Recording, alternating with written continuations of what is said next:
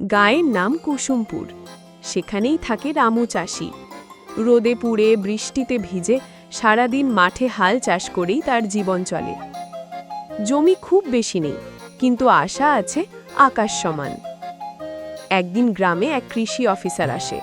সে বলে, যদি তুমি নতুন পদ্ধতিতে চাষ করো, ফসল বেশি হবে। সার বীজ আমরা দিই। রামুর মনে ভয়, নতুন কিছু যদি না হয়। কিন্তু তার স্ত্রী গীতা বলে, চেষ্টা না করলে জানবি কিভাবে।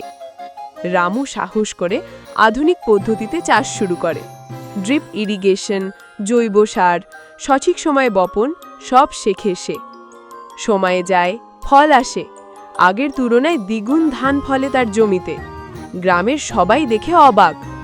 রামু এখন শুধু নিজের জন্যই না, আশেপাশের চাষিদেরও শেখায় নতুন চাষির কৌশল। তার চোখে জল আসে।